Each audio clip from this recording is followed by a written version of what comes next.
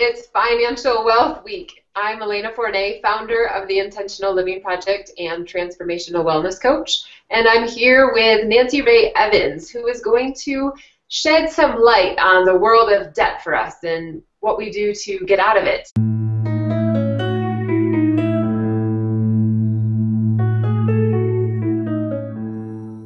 This is a topic that's really important to me. In 2005, I found myself deep in debt. And it took me several years to really claw and scrape my way out of it. And I know if I had known Nancy Ray Evans at the time or had some simple strategies, the process probably could have been a lot easier and probably a lot faster. Hi, Nancy. Thanks so much for joining us. Oh, thank you for having me, Elena. I really appreciate this opportunity. So, Nancy, before we get going into your solutions, could you just tell us a little bit about you, your story, and what got you into this work? So, prior to becoming a money coach, I was in the mortgage industry for almost 10 years. And through that process, of course, I viewed many, probably thousands of credit reports, which are like snapshots into someone's financial life, both today and going back 7 years. And what I noticed is that a lot of people really struggled with getting out of debt and staying out of debt. And of course, I had my own financial struggles. Like many coaches, we teach what we need to learn, and then we go on to help other people heal themselves as well. And of course, I attributed mine to the fact that I was working for a commission only, so my income was fluctuating. But yet I saw people who had a steady paycheck. They knew exactly how much was coming in every month, and they too were struggling. So I got the feeling that there was more to this than just mathematics. And I also realized that most people have no idea how much it really costs to live their lives. So now you're working with other people, helping them through their experience. What are you seeing in your clients when they come to you, or why do they come to you? The overriding theme when my clients come to me is just a feeling of being out of control around their money. There's also a lot of embarrassment, shame about their current circumstances and their past behaviors around money. They many times feel like everybody else has this all figured out, but I must have missed class the day that they taught this or something because I'm feeling clueless. And the reality is it's a really common problem, but it's got a lot of taboo around it, around speaking about money and your issues. In fact, people would rather talk about their sex life than talk about their money issues. Wow. So people go on, they suffer in silence and in isolation, and they don't realize that there are people out there like me and other money coaches that could really help them solve this problem once and for all. Yeah, I can speak from my own experience. I definitely did not want to share with anybody that I was in so much debt. I always thought, how could this have happened to me? Generally I thought I was good with money. I knew how to keep a budget and keep track of money, yet still I found myself deep in debt. So I can really relate to that feeling of just being clueless and alone and kind of wanting to stay alone so that people would know. So please, Nancy, share with us, what are your solutions? What did you learn that worked for you? What were those missing pieces that, we kind of missed along the way, and what works well for people to get themselves out of debt? Great, I'd be happy to do that. First, I want to talk a little bit about some of the signs or symptoms that go along with this. There's always anxiety that goes along with it, for one thing. And it may show up as well as in lack of savings. Maybe it's carrying big balances on your credit cards, a feeling that there's never enough money, lack of a budget, lack of financial clarity, which means they don't know how much they owe or how much they have. I like to call that the money fog. They're running out of money before the end of the month, and they're not doing things because they feel like they can't afford it. So the first step is to become conscious of the money habits. And what's happened since we've become a plastic-based society, whether it's a credit card or a debit card, people have really gotten disconnected from their money and the consequences of their financial choices. So the first thing that I have my clients do is to start tracking their money and all versions of their money. So I'm talking about their cash, their credit cards, and their debit cards. And what I suggest for those tech-friendly people out there is to download an app. There's a great one for the Android phones, and that's called Ledgerist. And for iPhones, it's called Checkbook. And for those people who aren't embracing technology, a simple notebook or a checkbook register works just fine. The key is to create the habit of writing down or inputting each time money comes in and goes out of your life. It's the first step to becoming really conscious of your money choices, and it's the habits that create our life. And the quality of our life is determined by the quality of our habits. So let's choose some good ones. So today we're focusing on getting out of debt and why most strategies don't work. And I'll be sharing a strategy that has worked for literally hundreds, if not thousands of people. Yet most people have probably never heard of this particular strategy. It's actually rather easy to get out of debt. It's staying out of debt that's the problem. Because people get out of debt all the time. They just turn around and get themselves right back in again. And I saw this over and over again in my mortgage clients. And my fellow coaches have had that experience as well with their clients before coming to them. So here's the thing.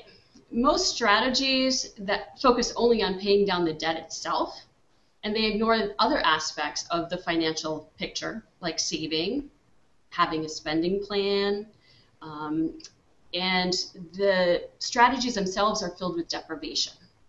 It might even include things like freezing your credit cards in a block of ice or cutting them up completely. But the problem is that this focus on debt sets people up for failure right from the start. And that's because it's kind of like a low-calorie diet with no end in sight. And we all know what happens when people go on diets, right? Yeah. They can't stick to it for very long. And then they beat themselves up emotionally when they fail, thinking, you know, I don't have willpower, it must be me, there's something wrong with me. You know, they just go into a sense of defeat and go back to their old ways, and probably that much deeper into their old ways, and just become resigned to the fact that getting out of debt is never going to happen for me. And another reason that this strategy doesn't work is because most people don't know how much they can realistically pay towards their debt every month. So there's a better strategy, and one where you can still have a life, that will keep you out of debt. It will get you out of debt and keep you out of debt. So let's imagine for a moment a three-legged stool. Okay, and the top of the stool, the seat of the stool, is a spending plan. And then each of the legs include your debt, your savings, and your income. And what do we know about three-legged stools? You need all three legs to be relatively close to the same length, right? Otherwise it's going to tip over. Mm-hmm. All about balance. And so is this strategy. I'm going to tell you a secret here, Elena, and everybody that's listening. The secret to getting out of debt is saving money. Sounds counterintuitive, right?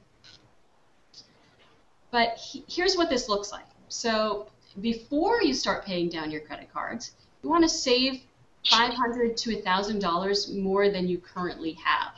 So you may be starting with nothing, or you may have a little bit of savings, but savings is probably not a habit for you yet if you've got a lot of debt. So that's why we start with saving a cushion of $500 to $1,000. And then you're going to continue to grow your savings each month as you're paying down your debt. Now, our listeners might be thinking, well, how can I save money if I'm in so much debt, or how can I possibly do both at the same time? But you can find this money by saving. You can find this money to save by paying only the minimums for the short term on your credit cards. We're assuming for the moment that we're talking about credit card debt. Temporarily reduce or eliminate spending on such things like non-essentials, like clothing. Reduce the number of times you eat out. Stretch the time in between your haircuts or your manicures by a week or two. Search for free and cheap entertainment ideas. And of course, let's not forget about making and bringing your own coffee. rather than stopping at the local coffee shop. And you might even consider short term, a part-time job, and have that time being dedicated towards paying down the debt. So I just want to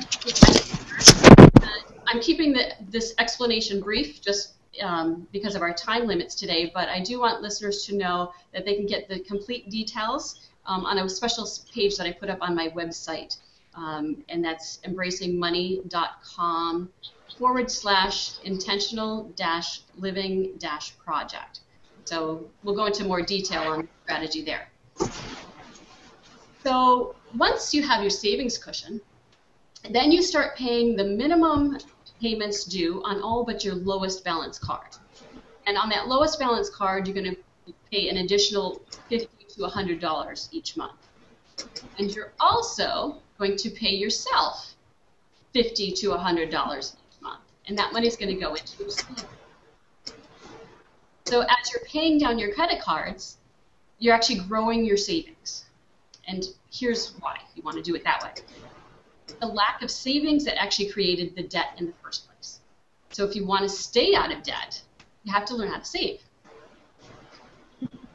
Now, this process heals you both financially, obviously, but emotionally as well, because it teaches you that you are just as important as your creditors.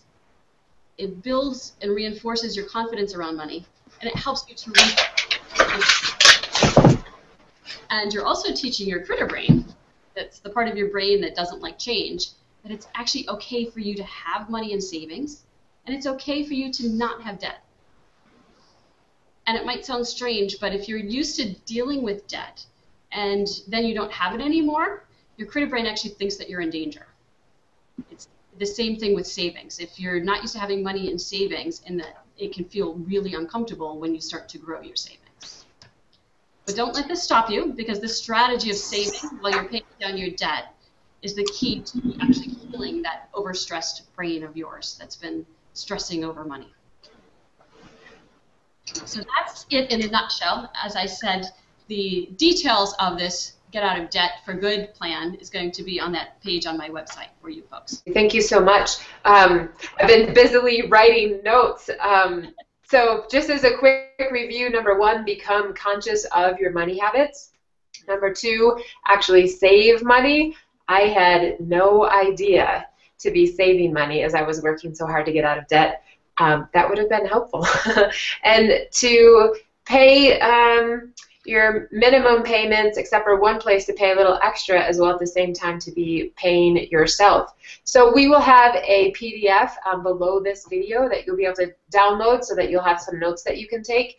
On the PDF, we will also have links to Nancy's information as well as a link to the gift that she mentioned. So go ahead and download that, maybe rewatch this video and take notes on that as you get to listen in again. If you are watching on Google Plus or YouTube, follow the link below to our website, and then that will take you to the video as well as the PDFs. Nancy, thank you so much for being with us today. Oh, you're welcome. Thank you again for having me. And everybody, we'd love to get to hear from you. Post below, give us a comment, what's been helpful, and what's been your experience with being in or getting out of debt. Looking forward to seeing you all next week for our week of fulfilling relationships. Have a good day, everyone. Bye.